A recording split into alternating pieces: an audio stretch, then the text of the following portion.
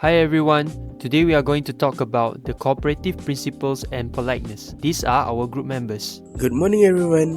I will begin with a short introduction to our topic, which is the cooperative principle and politeness. This topic is based on the notes from Discourse in English Language Education by John Flowerdew. In discourse studies, communication is not only about using correct grammar, it is about how people create meaning together in real situations. This is why the cooperative principle is important. Flowerdew explains that speakers usually try to help each other understand the message. They follow basic maxims, such as giving enough information and being clear. When these maxims are followed, the conversation becomes smooth and effective. Politeness is also part of this process. In many interactions, people adjust their language to show respect or to avoid sounding too direct. Sometimes, they even break the maxims to be polite, and the listener still understands the message through context. So, cooperation and politeness work together to shape how meaning is shared. These ideas are important in discourse analysis because they help us understand not only what people say, but also what they intend to say. Many messages are indirect, and we can only understand them by looking at the context and the relationship between speakers. So, in this introduction, we can see how cooperation and politeness help us analyze real communication. Next, let's look at the definition of cooperative principle. The cooperative principle was created by H.P. Cleese. It explains how people work together in conversations to make communication meaningful and effective. This means that speakers and listeners try to cooperate by being clear, telling the truth, and staying relevant. So overall, the cooperative principle guides us to speak in a way that helps everyone understand the message. Now, the cooperative principles are divided into 4 maxims, which are quantity, quality, relation, and manner. Each maxim explains a different part of how to communicate clearly and effectively. First one we have here, maxim of quantity. The maxim of quantity focuses on how much information a speaker should give. Speakers should provide just the right amount of information, not too much and not too little, so the audience can understand the message clearly. We have an example for the maxim of quantity. On the table, you can see the point, give the right amount of information.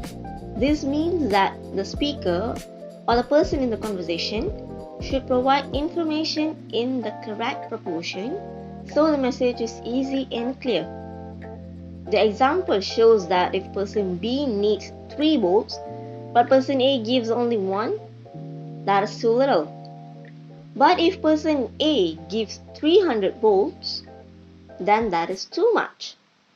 Both situations show a failure of the maxim of quantity. This example highlights how giving information in the wrong amount can confuse or frustrate the listener. So the maxim of quantity reminds us to share just enough information to help the listener understand the message properly. Next is maxim of quality, which is about truthfulness. Speakers should not say anything they believe is false or anything they don't have enough proof for. If someone exaggerates or gives information that isn't true, people might get the wrong idea, and this can cause misunderstanding to the listeners. Now we have an example for the maxim of quality. The main idea of this maxim is to tell the truth and avoid giving any information that you believe is false. In the table, you can see the point, don't say what you believe is false, and the action says, don't perform untruthful acts. In the example, person A asks for brake fluid, but person B hands over oil instead. If B knowingly gives the wrong item, then this becomes an untruthful action and clearly violates the maxim of quality.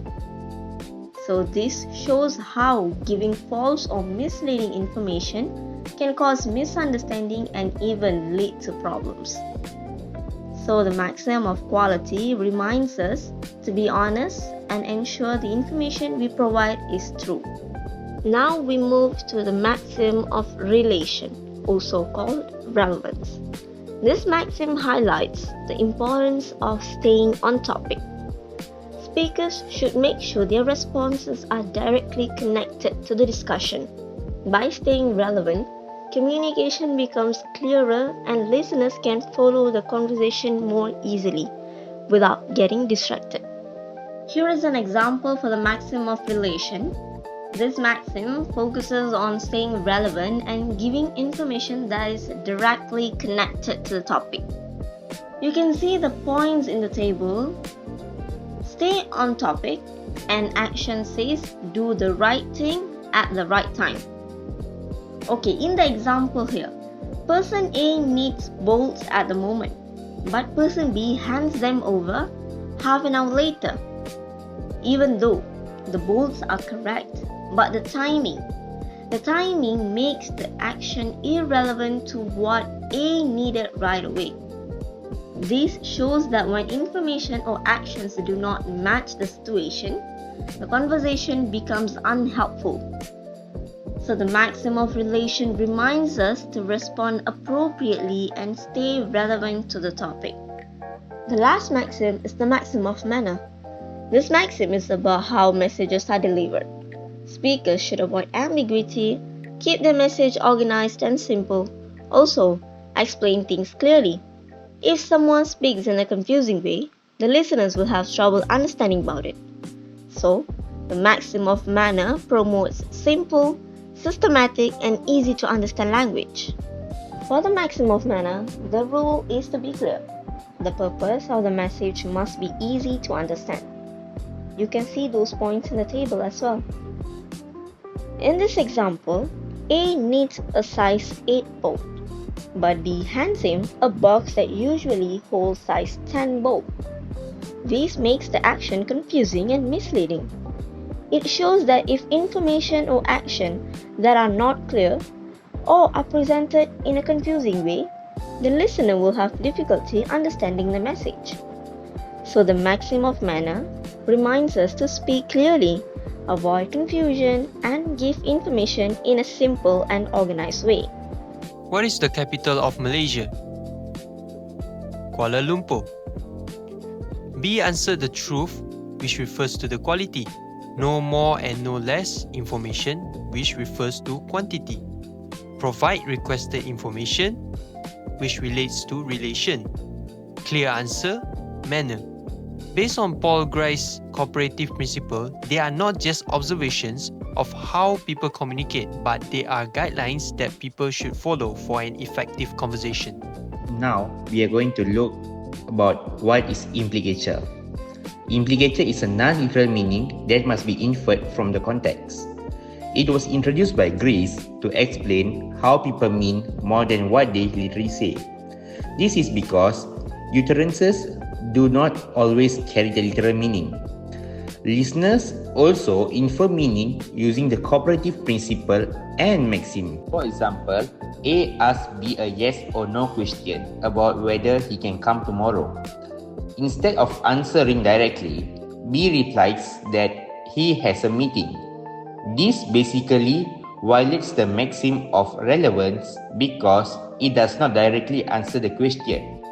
A, on the other hand, uses context and maxims to infer that B cannot come. Moving on, Greece says that the listeners rely on several things when interpreting meaning: the literal meaning of the words, the cooperative principle and its maxims, the context of the situation and the language used, their own background knowledge, and the shared understanding between the speaker and the hearer. These elements help listeners figure out what the speaker truly intends to communicate. For example, the interviewer asks the politician for a simple yes or no answer.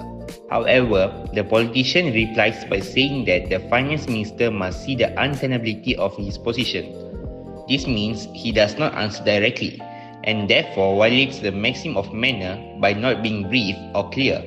Still, the interviewer used context and the maxims to infer that the politician thinks the minister should resign. Last but not least, there are three mechanics of implicature.